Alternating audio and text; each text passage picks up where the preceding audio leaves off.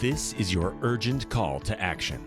We are all called to lead in a world in chaos, crisis, and turmoil.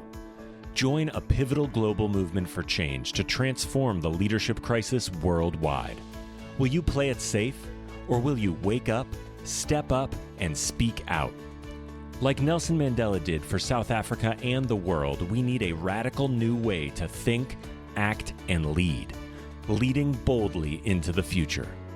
Join host Anne Pratt, a Harvard Fellow and multi-awarded businesswoman, and unlock the best version of yourself to revolutionize leadership with what the world needs now.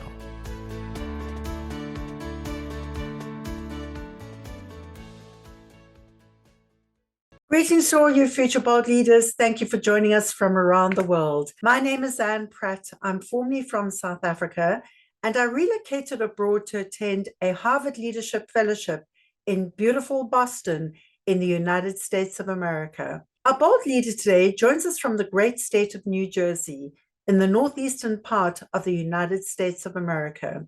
She is a woman with a multicultural identity and has lived and worked on 3 continents, including Africa, Europe, and North America. She has held various positions with global responsibility for revenue and profit and loss.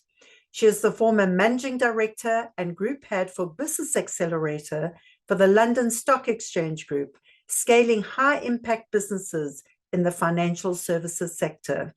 She is also the former managing director for Refinitiv, Global Risk Management Services, and former managing director for Africa for Thomson Reuters, a multinational financial media conglomerate. She's a formidable woman who combines purpose and global finance, and she has helped stem and fight illicit financial flows. She has digitized land rights, and she has developed financial and capital markets to empower women and empower the youth. She has also served on various boards and industry associations, including the Africa Leadership Foundation, and worked with the United Nations and the World Economic Forum on various initiatives to fight corruption and uphold global corporate governance. We warmly welcome Sneha Shah and welcome to Leading Boldly into the Future. Sneha, it's such a joy to have you on, as part of this conversation. You're a woman of the world, you've traveled the world, you've lived and worked in different parts of the world. But I'd like to begin with your name. Tell me the origin. What does it mean? Yeah, absolutely. And it's such a pleasure to be here. So my name is Sneha, and it means full of love in Gujarati. So I am of Indian origin, but grew up in Nairobi in Kenya, and sort of have really had more of an African identity than probably an Indian identity for much of my life. But my name is kind of very representative of the Indian part of my heritage. Yeah. And could you share with us a story in your young life that was transformational? Take us back in time. What happened? How did you feel? How did you navigate out of that? I think growing up in Kenya, I sort of mentioned that, I grew up as an Indian in Africa. Never really felt a sense of belonging when I was growing up in Kenya, primarily because I felt the sense of guilt of being part of a culture in Kenya that was better off because of historical reasons than most of the population in Kenya. And so I always felt this sense of that, am I really part of this country? And I would get questioned even by some of my Kenyan friends to say, you're not really Kenyan, you're Indian. And so I always felt like I didn't quite belong in Kenya, although I wanted to. I really desperately wanted to belong in Kenya. It was all I knew. I never went to India until when I was doing my wedding shopping. And so but I felt this sense of I'm straddling 2 cultures and I don't really know which one I belong to. And I went to a British school. And so my identity was even further complicated by the fact that at the time, there was a sense of, in order to achieve anything in your life, you needed to go overseas to school. And so I thought, okay, well, I'm going to go to the UK for school and I'll maybe learn kind of how I fit in over there. And I got to university in the UK and I still didn't feel a sense of identity or belonging. I enjoyed the experience. I'm sorry, whereabouts in the UK did you go to school? To Warwick University in Coventry in the UK. And it was a wonderful university, an incredible experience. And I met lots of people from around the world, and that was truly, enlightening and eye-opening for me, and really an amazing experience. But I still didn't feel like I belonged in the UK. And when I finished university, I came back to Kenya reluctantly, because I couldn't get a job or a visa to stay in the UK. But I also came back reluctantly because I didn't feel like somehow this was my home. And while I was sort of looking for a job, and when I even got a job, I was looking for ways out. I was looking for, could I do an MBA program? Could I get another job that maybe with an international company? And I finally landed a job with Cargill, that was an international company that was setting up in Africa. And they were looking for people who wanted to move to South Africa. And this was, in the sort of late 90s. It was after Madiba had become president, after South Africa was free, and there was so much hope. And I kept thinking, well, this is an amazing opportunity for me, to actually go to a new country that's really got so much good press around it, and where it's going right now, and with an incredible leader that the world respects. And that's going to be where I belong. And I sort of, landed in South Africa with a huge amount of optimism and hope, which was quickly shattered on my first day when I landed. It was actually quite interesting. My boss had lent me his wife's car to drive, and I was driving, it was a different road system than Kenya, and I got into a car accident on my first day there. And this was before cell phones, and I didn't even have a landline, and I was living in a temporary apartment, and I felt really alone. I was lucky I was not injured, but I really felt alone. It was my boss's wife's car, which wasn't probably the best idea, first day on a new job to crash your boss's wife's car. But I think that was a moment. And then, even though my boss and the work colleagues that I had were extremely welcoming and forgiving, I started to feel like this wasn't really a sense of belonging either. I felt the country didn't really understand it was going through its own crisis. And I'm not sure that people really understood, where I was from. I didn't feel accepted. Part of my job was going to farms to meet with farmers to trade wheat and soybean. And I met with a lot of Afrikaans farmers, and I don't think they felt comfortable with me and who I was. And they would speak in Afrikaans to me all the time, and I couldn't understand or respond. And so I felt this real sense of, hang on, this was supposed to be like the most amazing thing for me, to like come here and to feel a sense of belonging. It was a pivotal moment for me, because I really decided I can't be miserable here, right? I have to either figure out how to fit in, or I have to sort of leave and say, I want to go back to Kenya. A couple of things convinced me to stay. I think one was just the country was going through so much, and watching things like the Truth and Reconciliation Commission on TV made me realize actually that things were a lot more complex than the country does or doesn't accept certain people. There were many layers of things that had to be worked through in terms of the country's own identity. And I was really blown away at actually how transparently the country was working through its own identity and facing its own problems. And that gave me a little bit of courage to say, okay, maybe I can sort of figure this out. And I started leaning into asking people, tell me about your experience, and meeting my Afrikaans colleagues and saying, tell me about your experience, and how do you feel about the country, and learning as opposed to sort of judging. And just leaning into it made me feel like, okay, I really understand what this country is going through. And I felt more and more in love with the country as I understood what the country was going through, but also I felt more accepted and understood myself. And so, I was there for 3 years. And during those 3 years, I don't even think I understood at the time how much I'd fallen in love with South Africa. But when it came time for me to leave later, it became very evident that it's got a part of my heart that I think it's sort of, I don't think that's ever going to change for me. It's really a very special country. And I'm part of who I am is because of seeing how the country was able to come back from a very traumatic time in its sort of history. That's a very compelling story, and of course a story close to home. Being born and bred in South Africa myself, I was curious. I mean, I know Madiba Nelson Mandela has been a powerful, inspirational leader for you, as for so many of us. What has been your most significant Mandela moment? I know you arrived just post his presidency. Could you take us back to a moment in time that really stands out for you again, what was the context? Tell us a bit about that. Sure. So my husband proposed to me when I was living in South Africa. I was on my own. My fiance was at the time, well, he was my boyfriend at the time, was living in Kenya. And he came to visit me in 1997 in December. And we went sort of down sort of garden route, which is sort of between Cape Town and Port Elizabeth. We drove that whole route together. And at the end of that trip, he proposed to me in Cape Town. So Cape Town has some very special memories for me. Whereabouts in Cape Town? I have to ask. It was in Sea Point at a restaurant called La Perla, which I'm not sure if it still exists, but it's a beautiful restaurant. Right near the beach. I love it. I've been there. It's stunning. It was wonderful. And so he proposed to me, but he lived in Kenya and I was living in South Africa. And so we had, a whole bunch of questions around what do we do? And I immediately thought, well, I'm going to have to move back to Kenya because I didn't even think it was an option for me to ask my husband to move to South Africa. I didn't think that there would be an option for the company to want to keep me sort of if I was in Kenya. And so I thought I'm going to have to resign. And so I put that in my head and I was like, okay, and I have to plan a wedding in Kenya while I'm in South Africa.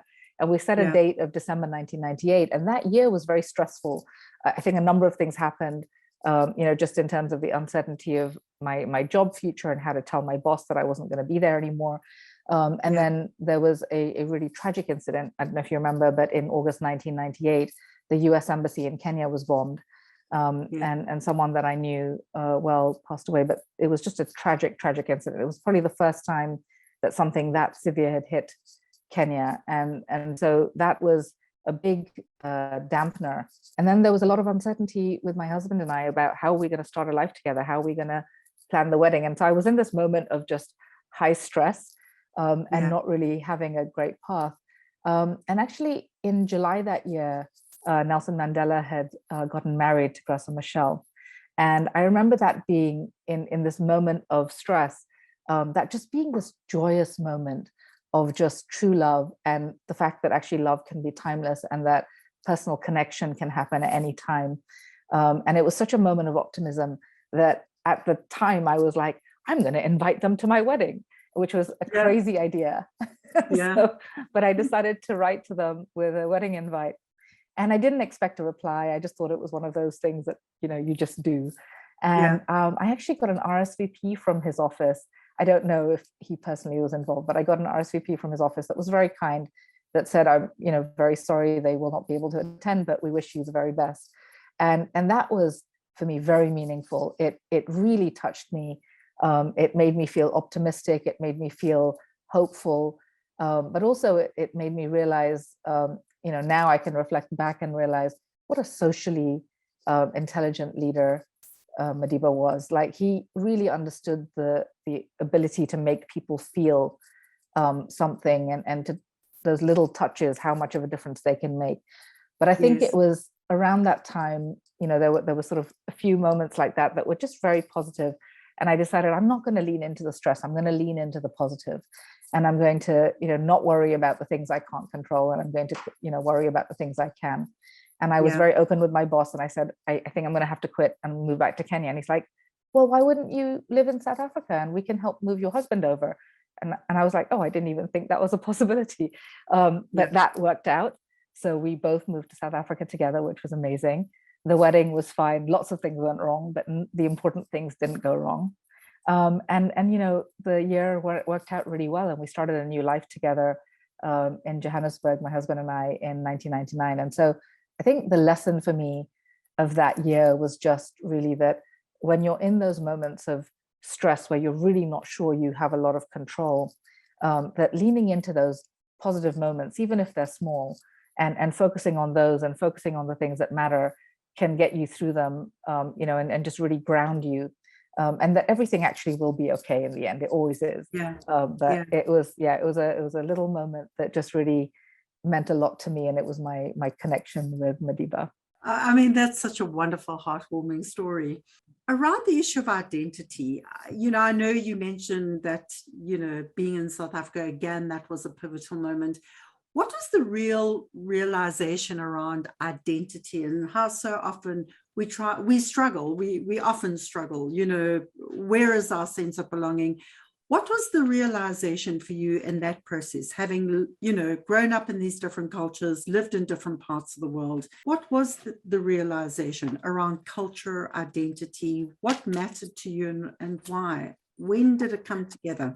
A lot of it, I think, was seeded from the time that I was in South Africa, because just watching a country come to grips with its own identity, it sort of raises a lot of questions for you personally, right? About who am I? What am I am I harboring things that I shouldn't be harboring? Am I putting filters on myself that I shouldn't be putting filters on? And just sort of, it started that process. And I think it's a continual process. Identity is something that I think you develop over your lifetime. I'm still not sure who I'm going to be when I grow up. But I think the sense of actually uniting people was very strong for me in South Africa, that no matter how different you are, the sense of building a country together, became a big part of who I am as a leader, and how I decided to lead. And understanding that actually, when Madiba was uniting the country, one of the things, he didn't unite the country behind the majority. He didn't unite the country for the purposes of the people who had been oppressed. He united the country for the future of the country.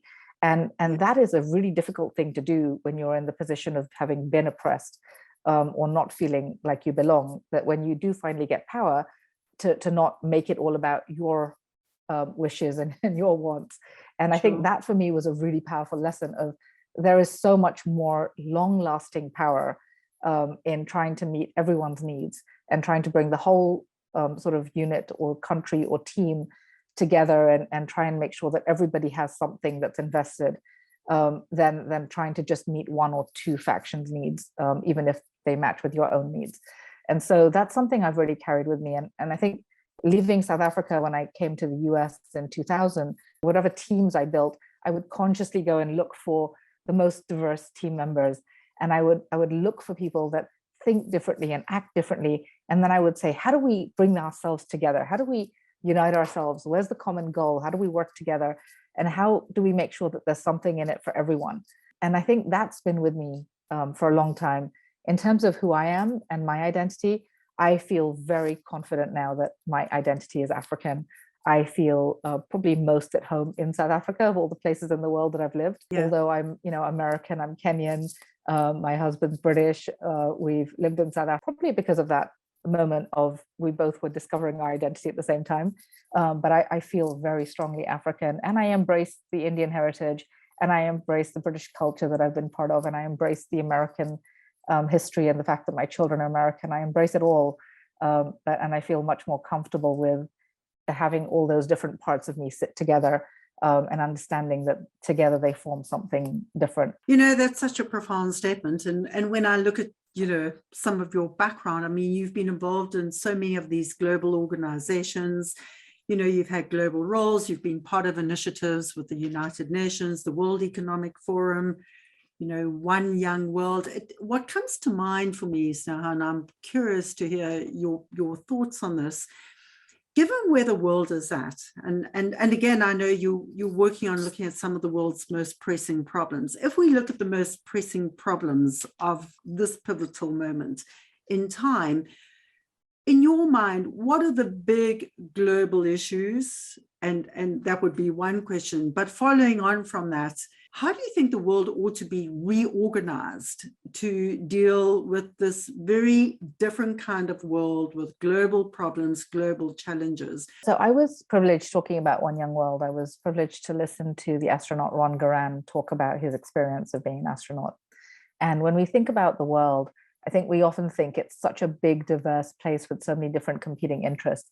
And his view of it was, it's a blue marble. And he said that when he left the Earth, first he was looking for his town, and then his state, and then his country, and then he was looking for Earth. And he said the moment where he hit the perspective of being in space and was able to see the whole Earth as one, he had a very emotional connection, not to, I miss home being his town, but I miss home being Earth. And he said he wishes that every human being on the planet could have that experience of stepping out and seeing the Earth as one, because we really are. We're floating around on this little blue marble in space. And although we think of ourselves as so different, we're not. We're like all inhabiting this little sort of planet together. And our future is a collective future. And I think this last 2 years has shown us that very clearly in a way that maybe we couldn't see before. But whether it's climate change or a global pandemic or the global economy and supply chains, or global inequality, poverty, human rights, female rights, like those issues, they're all huge issues, but they're common issues. They're not an issue for like one part of the world. And I think my hope is that we find leaders who will have a more global perspective, who will be able to see that we're actually on a blue marble and not be so self-interested. My fear is that we have been electing leaders for the last several years that speak to our fears and not our hopes. And I really hope that we're now coming through this. I feel very hopeful when I talk to the next generation, to my children, that they actually lead through hope and not through fear.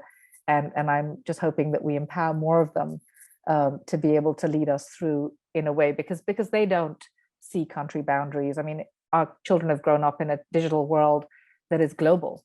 And so they don't see national or country or town or ethnic boundaries the way that maybe our generation does. And so I remain hopeful for that. Well, you've touched on such an important point and how radically the world has changed, where, having sort of sovereign states and national borders kind of pale into relative insignificance when we look at issues of cybersecurity attacks, global pandemics, climate change.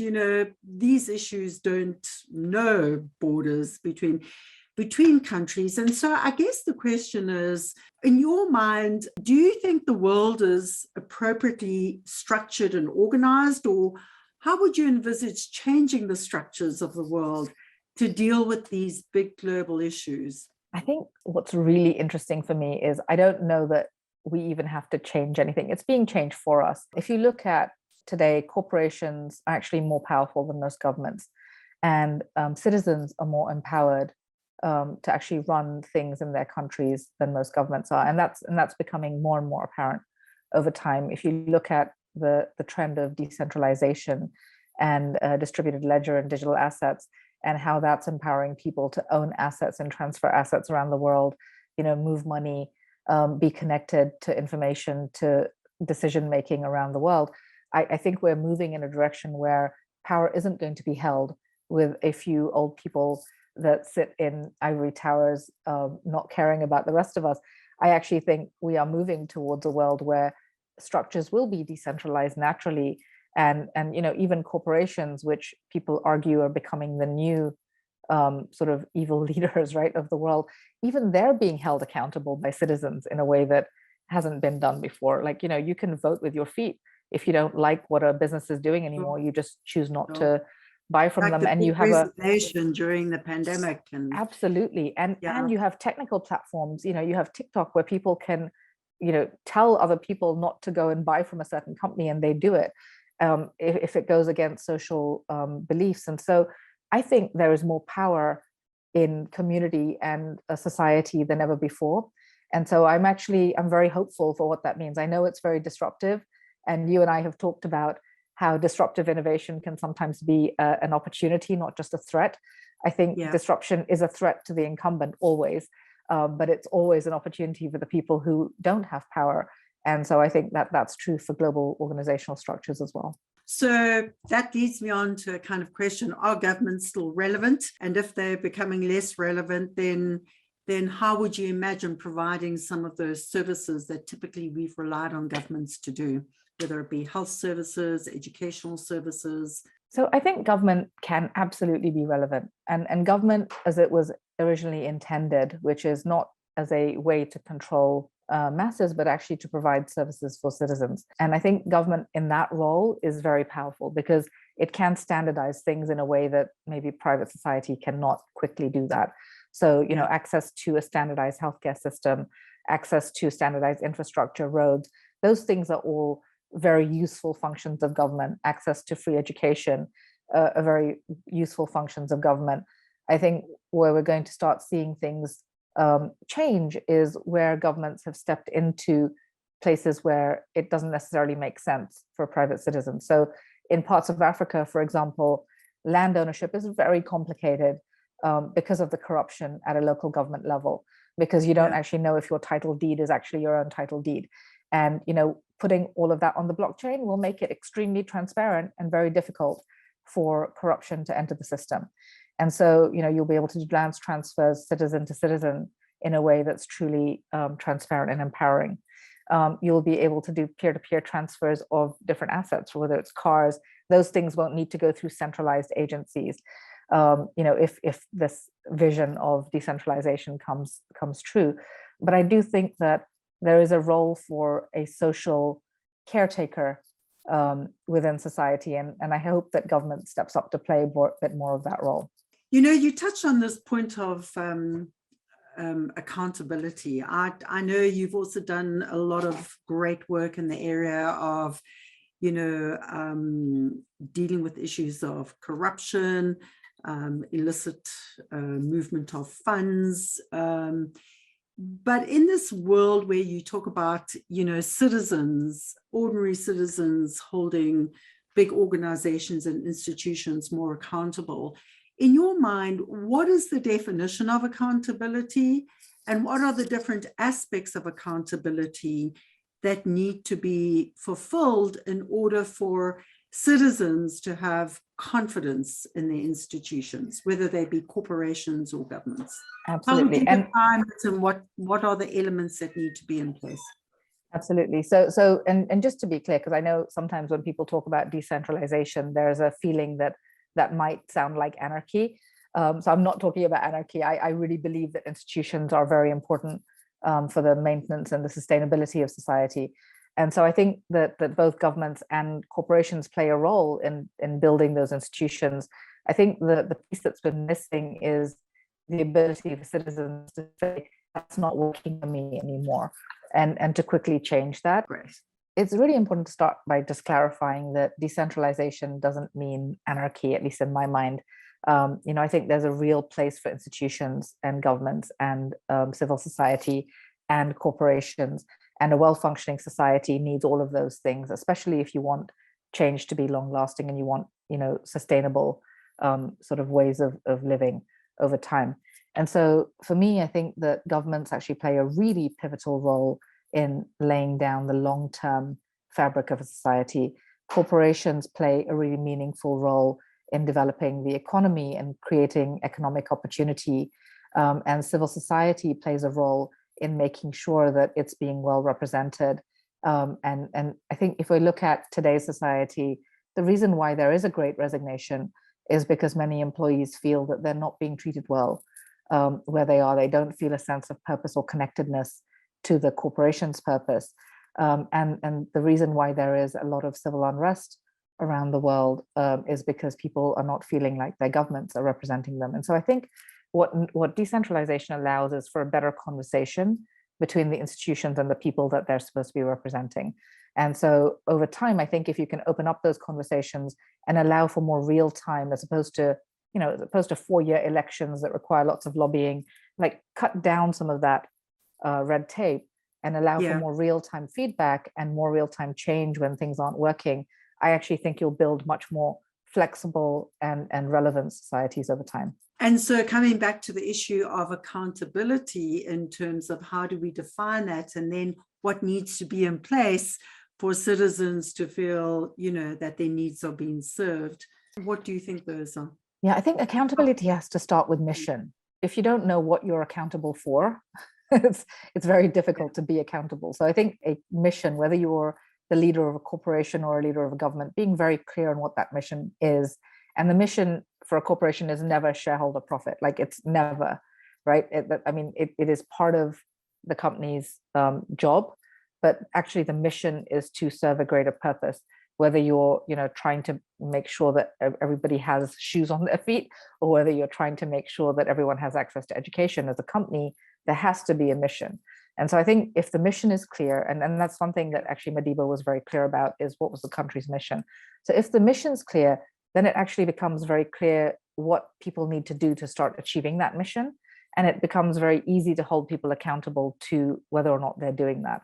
Could you give us an example? I mean, is there an example where you could perhaps give us paint a specific picture Absolutely. of a mission that kind of rings true and where it's been acted on? So we built a mission when I was part of the Africa business at Thomson Reuters, where we actually said the global corporations mission was really around making information more accessible around the world, and our mission in Africa had to be much more specific to Africa. And so we sat down as a leadership team, and over 3 weeks we came up with this mission, and our mission was empowering Africa's success. And that sounds quite trite. Like when you first say that to somebody, like, I'm here to empower Africa's success, people are like, what are you, like, okay, whatever, right? And but actually we'd broken it down to say, what concretely does that mean we're accountable for? And we were accountable for 4 different things. One thing that we were accountable for, because we had a business that was telling foreign investors what they could do in Africa. So we said one accountability that we had was really around making Africa more accessible to foreign investors. And so putting a lot more transparency around data for foreign investors into countries in Africa, and creating currency benchmarks so investors could know how to enter and exit a country. The second is we wanted to make sure that Africa's reputation of being seen as a dark continent was being evaporated. And so how could we put more transparency around who people are doing business with, and make sure that KYC and anti-money laundering in Africa were much more transparent, and that businesses didn't see Africa as a place of sort of lack of transparency. The third thing we were really set on doing was around land rights. We had a business that could digitize land records. And so working with governments to make sure that you could digitize land records, but also make them accessible to people, so that then you could start building mortgage markets, because that's how you empower people and create middle class, by allowing people to actually borrow money to build a home and to own homes, and therefore step out of poverty. And so that was the third thing. And the fourth thing we did was helping to empower legal systems across Africa by working with governments to actually update their legal systems, many of which had not been updated since the end of their colonial rule. And so, we were very clear on how that accountability that we had was empowering Africa's success. And every single individual in our business knew how what they did day to day actually helped make a difference in those areas. And so that's what I mean when I talk about vision, mission, and accountability. In holding people accountable, what do you, in your experience, Sneha, what were the critical ingredients in terms of ensuring that accountability, a strength of the organization? What had to be in place? What measures and systems had to be in place to ensure that accountability did take place, and the measurement of that being that the various stakeholders that you serve appreciated the moral authority and performance and efficacy of your organization? Yeah. Well, I think anything that you do to somebody, they don't feel ownership of. But if it's done with them or by them, they do feel ownership of. And so I think the first thing about accountability is it must be led by the people that you want to hold accountable. And so, I just mentioned how we came up with our mission together. It wasn't my mission, it was our mission collectively. And I think that builds buy-in, which then allows you to be accountable. The second element about accountability is transparency. We were very clear about what success looked like, and we were very clear about what failure looked like. One exercise that we did every year with my team was we would sit and say, it's like, let's look at our goals and say, a year forward, we failed miserably. And why did we fail? And we would actually plan, okay, what would have happened for us to fail, and talk through those things. And then we would each take a sort of an action that would help us prevent failing. And so, that really built accountability, being very transparent about both the risks and the opportunities ahead of us. And then I think listening is a big part of accountability, because as much as you've got a great plan, the plan is only as good as the first day that you write it. After that, it's all chaos because things change. And so we did a lot of listening to the team, to our customers, to the market, to feedback from senior executives for the global business. And we adjusted accordingly to make sure that we were still relevant for the environment. But I think that's really what accountability is all about. And, we created, by doing all of those things, we created an environment where if you did fail, we'd already talked about why you were going to fail. So it was okay to come and say, hey, I didn't do a great job here. What do we do about it? As opposed to hiding it. And so we didn't, wait until the cliff was coming to find out that there was an issue. But also we were able to celebrate our successes because we were able to be very transparent about both the failure and the success piece. And I think that motivates people, knowing that they're on the journey with you, for good and bad. And I guess, where there is sometimes intentional and sometimes unintentional wrongdoing, how did you deal with that? And what were some of the mechanisms that you put in place to communicate that, people were appropriately rewarded with successes, but also appropriately dealt with if there was intentional or unintentional wrongdoing? I mean, do you have an example of that? Yeah, so we had a quite clear cultural statement as a team, which were, and sort of the values that we believed in. One of our core values was to assume positive intent. And I think that as a human being, sort of, I believe quite strongly you have to assume positive intent. Not many people go out intentionally to do wrong things. And I mean, there are some, but it doesn't generally happen. And I think that, with good leadership and holding people to their highest aspirations, you actually get more good than bad. And so by starting by saying, I'm assuming positive intent, when someone did make a mistake, we lost a sale, or they forgot to tell us about a cancellation, or there was some money missing in some cases, we would first start saying, okay, let's be curious, let's understand what happened here, and not beat up the person, because mistakes can happen to anyone, but truly try to get to the bottom of what happened. And at the end of it, if it was the person had intentionally misled us down a path where it wasn't very clear, why they did this, and it was clear that it wasn't for good intentions, then absolutely you have systems and processes to deal with that, right? And you exit the person if you have to, or you appropriately make sure that you're dealing with that behavior. But in most cases, especially in my experience, it was honest mistakes. I think probably over 99% of it was an honest mistake and a learning opportunity where actually, that person's probably not going to make that mistake again if you show them that you support them through the journey and you give them an opportunity to apply themselves and do better. And so I think that's how, for me, accountability is not about firing people. It's about growing as individuals, and can we learn from the experiences that we've had. And I've been fortunate to have leaders who do that for me, and I want to keep doing that for other people as well. And, I think that's such an important point. I mean, it really talks to the learning organization, the kind of learning mindset, the growth mindset. If we move out into the sort of the bigger world of finance, because I know you've also been quite involved in dealing with global systems, looking at financial markets and understanding that sometimes there are illicit financial flows, for example. Where are we dealing with those kinds of issues in the world? What do you think accountability looks like there, and how important is it to hold people to those standards? What mechanisms would you put in place in those instances so people have trust and faith in their financial systems? Yeah, there are always bad actors, right? There's always a few.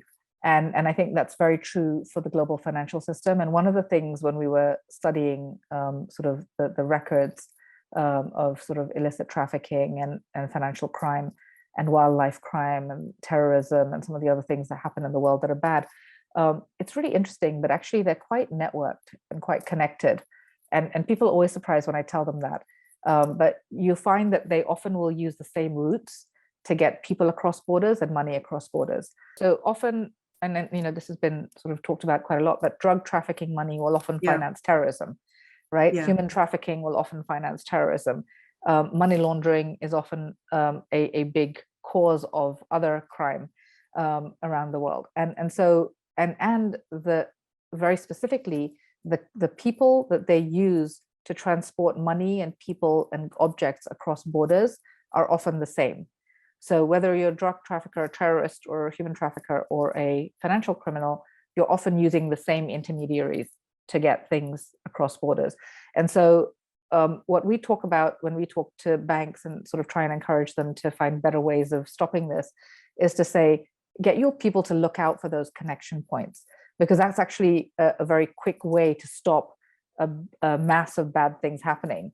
Because if you can cut off the ability for them to actually move things across borders, you can actually reduce the impact that they can have. And so I think that's in terms of being able to address sort of some of the bad things that are happening, I think looking for those, where are those connection points and those network points is a very quick way to address it.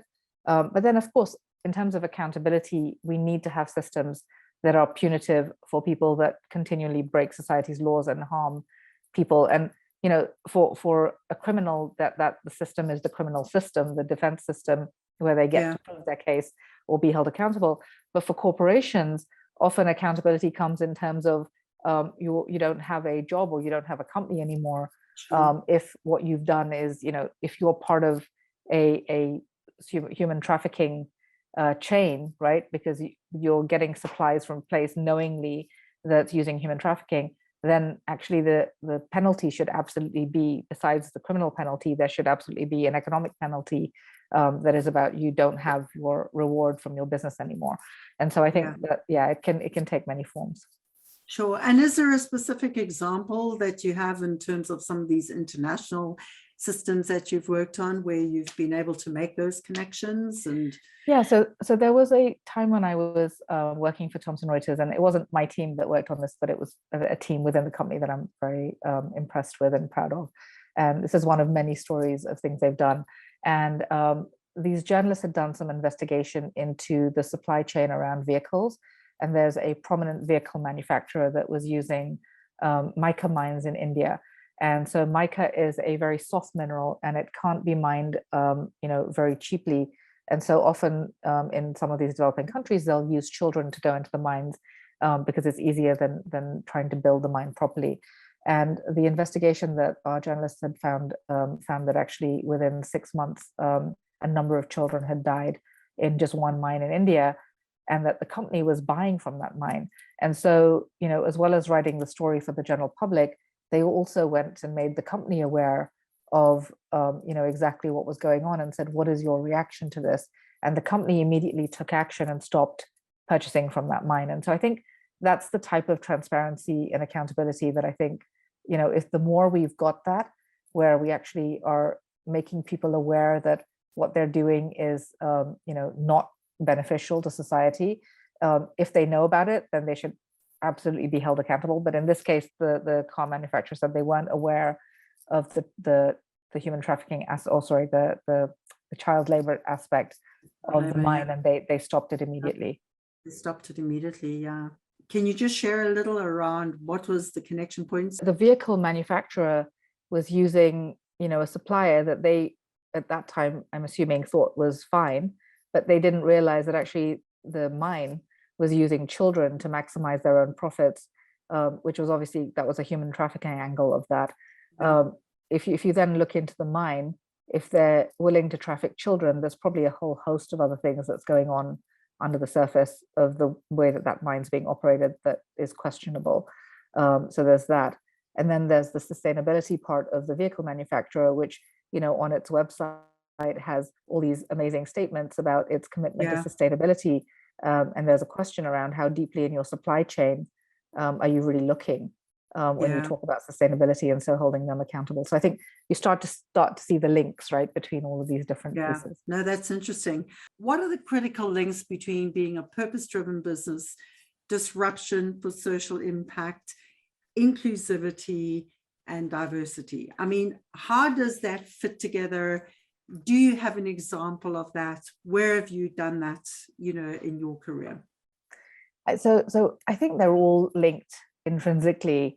And what's really interesting is traditional business has tried to put them into buckets, right? So if you look at traditional ways that corporations lay themselves out, there's often a foundation or a charitable arm that talks about the good social part of it. There's the profit-making arm that cares about shareholder value. There's generally an innovation arm that cares about disruption and bringing new things to market, but they're not put together in any cohesive way. And often if you talk about purpose, people assume that you must not be profitable, right? Like, oh, they're purposeful. Well, they can't be making huge money. They're probably not sort of top of my list. And if you're innovative, there's also the sense that maybe you're not scalable. And so there's a lot of conceptions around how these things don't fit together. And in my experience, and I think this has been true for me throughout my career and actually all the roles I've taken, those things brought together are incredibly more powerful than looking at them alone. And so, I mentioned in Africa actually how I brought those things together. You can see, right? We innovated around land rights and putting land rights on the blockchain in Africa. But also it was a purposeful business, and also it was very profitable, and also it spoke to our people, and they felt connected, and they went home and said to their kids, I'm working on land rights for my country. And so it was a virtuous circle because we were able to connect the dots across all of those things. I'm working right now in the business accelerator for the London Stock Exchange Group, and in my role I create new businesses for the company. And again, we create businesses that have purpose and mission and profitability, and people at the heart of those businesses. And so at the moment, we're creating an offering for the market that is built around human-centered AI. So how can we use AI in a way that actually takes noise away from people, doesn't add noise, but still respects their privacy? And we're about to launch in 3 to 4 weeks with a product that's going to be coming to market around this. And I'm very excited about that because I actually think it's a really good example of something that's built for financial services that will be profitable, but actually is built with people at the heart of it. And so, you can bring them together, but you have to consciously bring them together. And if you do, the results are outsized. I mean, our business in Africa was the highest performing business of all our emerging markets businesses for Thomson Reuters at the time. And so, the results are there.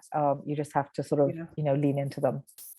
Yeah, that's a wonderful example. And how do you define human-centered AI? So I think a lot of the fear around disruptive technologies like AI is it's listening to you, it's learning about you without your knowledge, and it's going to go do something with that information. So, people get scared that their social media feed is listening to them and using that information for advertising, and selling that information onwards.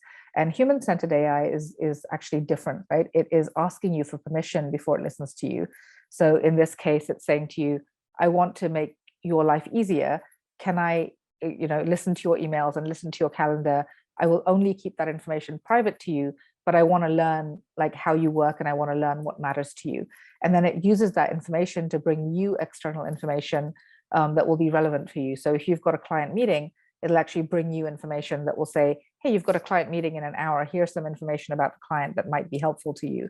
But you control all of that, not your company, not the company providing you the information. You're in charge of that.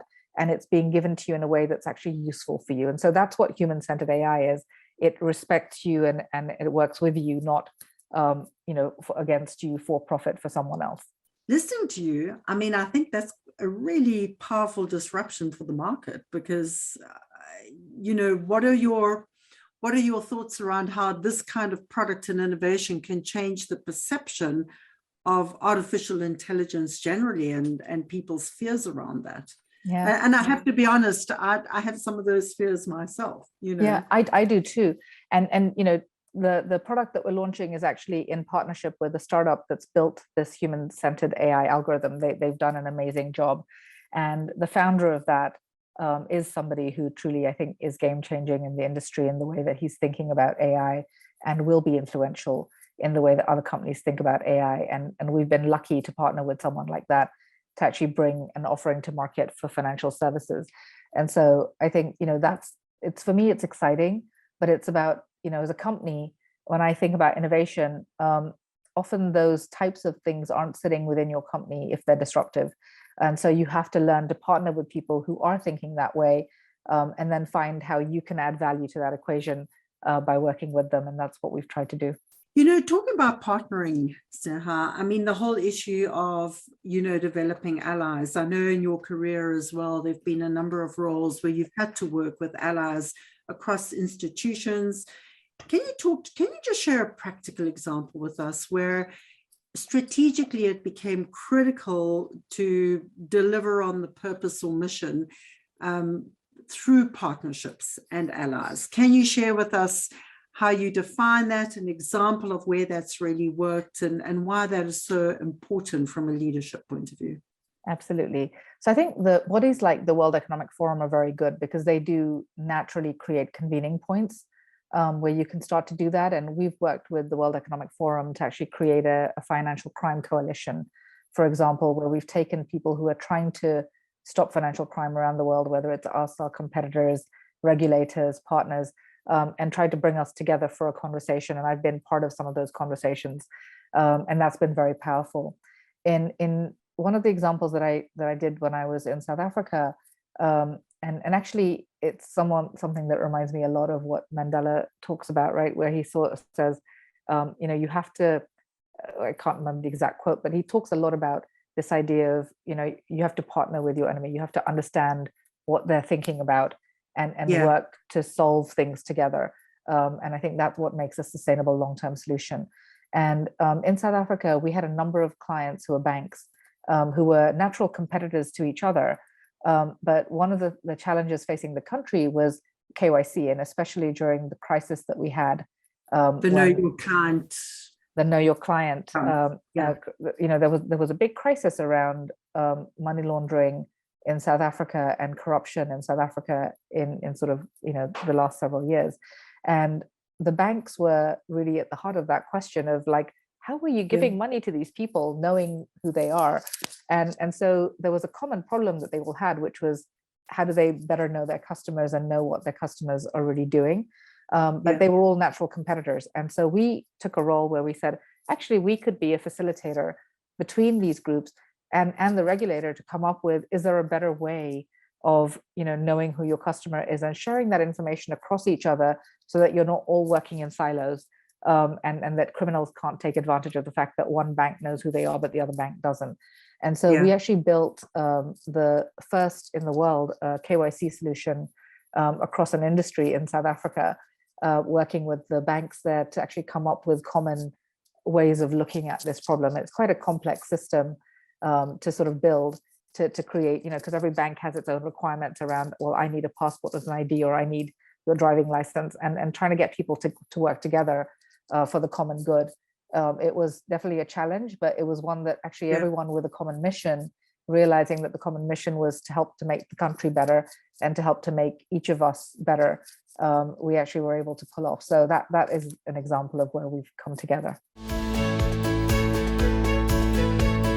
Yes, I'm curious, just a couple of fun facts.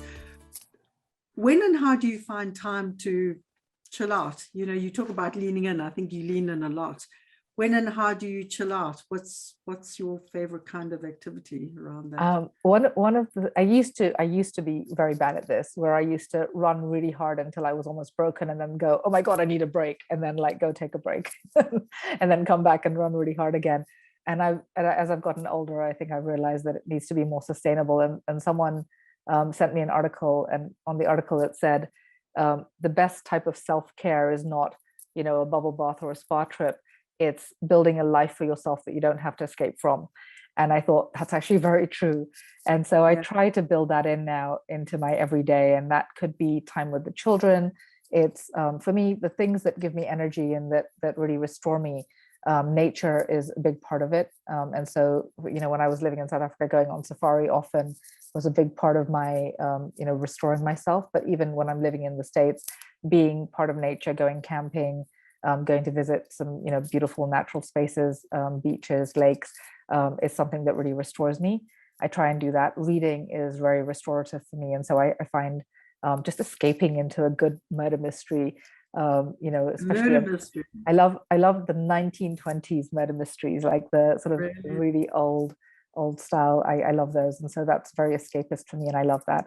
I love cooking. And so I escape into cooking. And during the pandemic, I discovered that I like painting.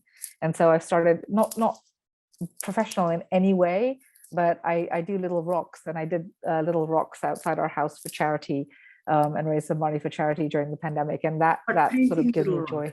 Yeah, so painting the rocks with little messages of hope or little pictures, and that became a hobby for me as well. So I try and find those little moments during my day to do things that restore me, and that kind of keeps me going for the long term. Yeah.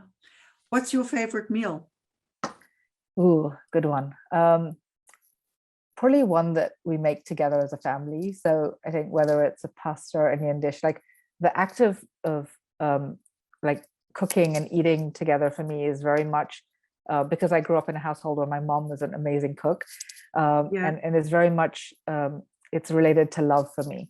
And so that for me is like, I think the experience of cooking is more important to me than a particular type of food. Yeah, yeah. And, I know you read voraciously. What has been one of the greatest books you've read more recently? Oh gosh, I think that there's like so many, so many good books. And I'm one of these people that I'll pick up a book, I'll start getting some gems from it, but I'll maybe skim read lots of different business books.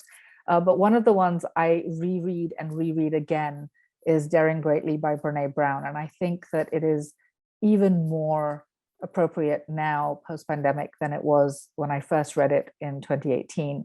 That it talks about how courage and vulnerability can shape the way that we lead and that we have an impact on people. And so it's probably one of my favorite books to go back to again and again. Yeah, that's wonderful. And I mean, talking about daring greatly, coming back to Nelson Mandela, to Madiba, do you think his leadership example is still relevant today? And if so, why? Absolutely, more than ever. I think the moral courage that he exhibited, actually, he's a really interesting leader for me for a number of reasons. Is not only does he have moral courage, not only does he have compassion, but he has strategic thinking in a way that people don't always associate with nice people. That combination, he called it having a good head and a good heart. He totally had both of those. And that combination for me is formidable. And today, more than ever, we need leaders that can lean into where people are. Mental health is at an all-time crisis around the world. In our children, in adults, in the workplace, in government, in society. We need people who can be empathetic and have a good heart. And we need people who have a good head, who can make sensible decisions that aren't grounded in extreme politics, but are really grounded in what's right for a country and what's right for society and what's right for health, what's right for education. And so that combination, I think, is needed more than ever. His selflessness in terms of making solutions not about what he personally wanted, but about what the country needed, and making sure that everybody in a society, not just the people who were aggrieved, actually were part of the solution.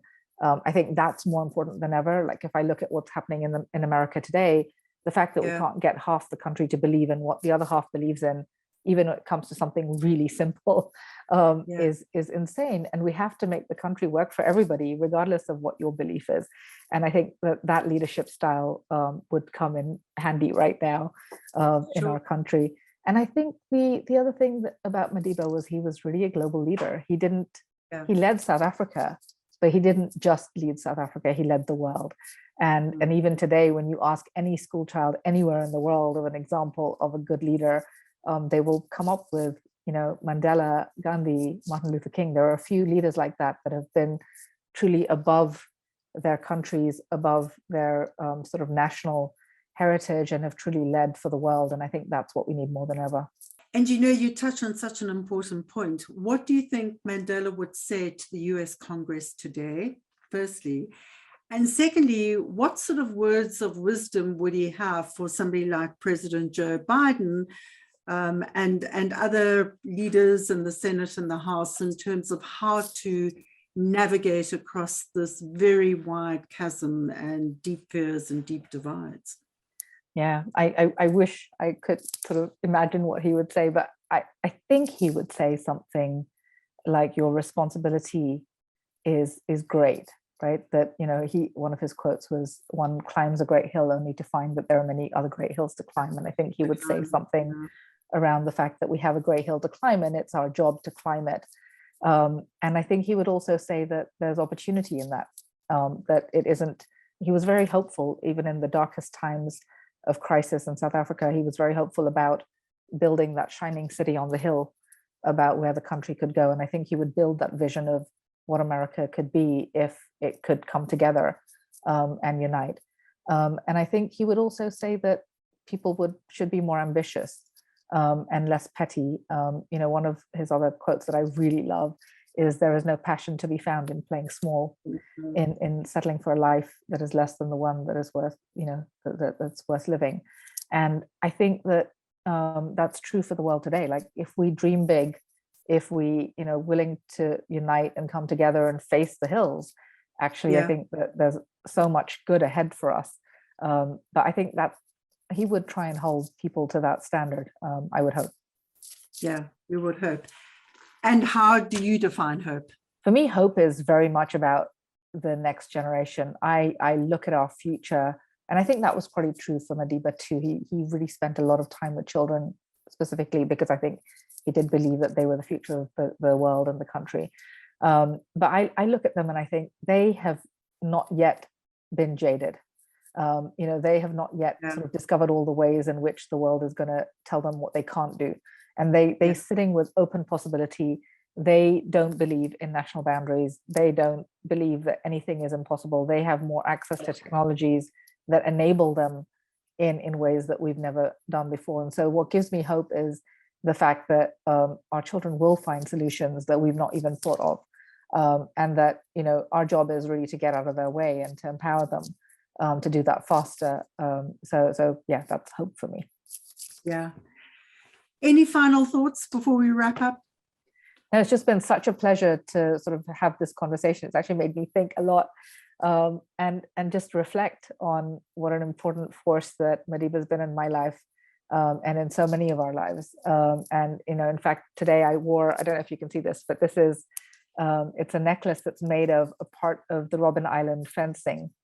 Wow. It's a company called the Legacy Collection. And it's something I wear often just to remind myself that under constraint, you can have great vision.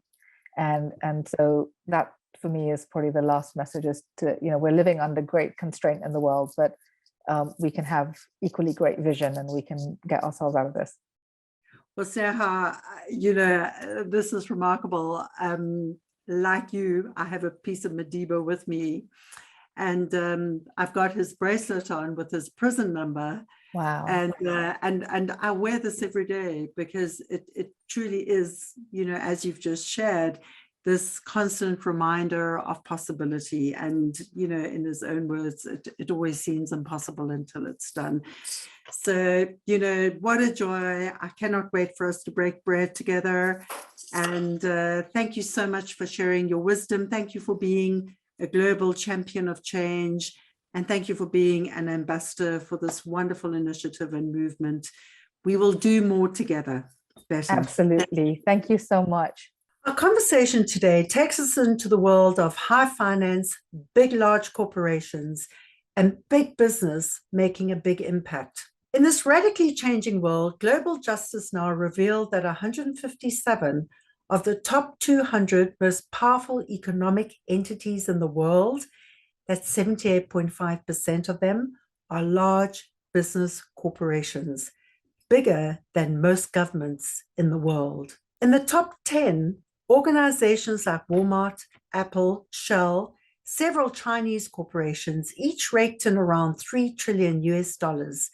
That is bigger than some of the biggest economies in the world, including the economies of the United Kingdom, India, and France. It stands to reason that big business often calls the shots. And through trade deals and investments, big corporations often demand that governments do their bidding. And yes, there are good actors in every sector. Up front, let me say, I'm a passionate businesswoman. I believe in the power of business. I'm a conscious capitalist. And I grew up in the wonderful multinational, the consumer goods giant Unilever. I believe in the power of business and purposeful-led leadership that can transform these organizations, but most importantly, the role of business to radically change the trajectory of our society and meet the demands of what the world needs now. Having said that, we can and must rebalance corporate power. We can and must reclaim some of the people's power, and we can and must stop impunity, bad actors getting away with bad things. In a recent global poll, More than 5,000 corporations, multi-million and multi-billion revenue organizations around the world were surveyed. More than 85% of their employees had little or no confidence in their senior executives' ability to meet this moment and lead. As we've said, there are good and bad actors in every sector. But in order to rebalance this power, in order to balance corporate power, and in order to reclaim some of the people's power, we can and must applaud and showcase big business making positive, big impact. We can and must reveal and applaud those purpose-led organizations that are delivering shared value and sustainable impact for people, for the planet, and profits. And we can and must reclaim our voice as citizens and use our powerful platforms to applaud and praise, and perhaps to punish and publish the good and bad actors, using our platforms like TikTok, YouTube, Instagram, and WeChat in China. We need to remember it is we, the people, that deliver the revenue that drive those big corporations. We can vote with our dollar, we can vote with our voice, and we can vote with our feet. So until next time, remember that leading boldly is about making clear, thoughtful choices. It's bigger and better thinking. And bold leadership is about taking bold action, just one small step at a time. One small step for you, but collectively, together, a giant step for humanity. So come back soon, share with your friends, and join this global leadership movement for change, because the world needs you to lead boldly too. Take care and take thoughtful, bold action.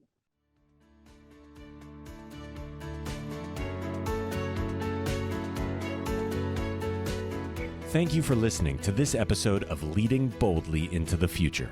Please find links and connections mentioned in this show in our blog, and never miss an episode by subscribing at anne-pratt.com. That's ANNE-PRATT.com. May these insights from inspiring industry leaders, remarkable disruptors, and courageous champions of change bring forth a brand new you, emboldened, empowered, and ready to inspire hope. Come back soon, share with your friends, sign up on anne-pratt.com and join our movement for change. Why? Because the world needs you to lead boldly too.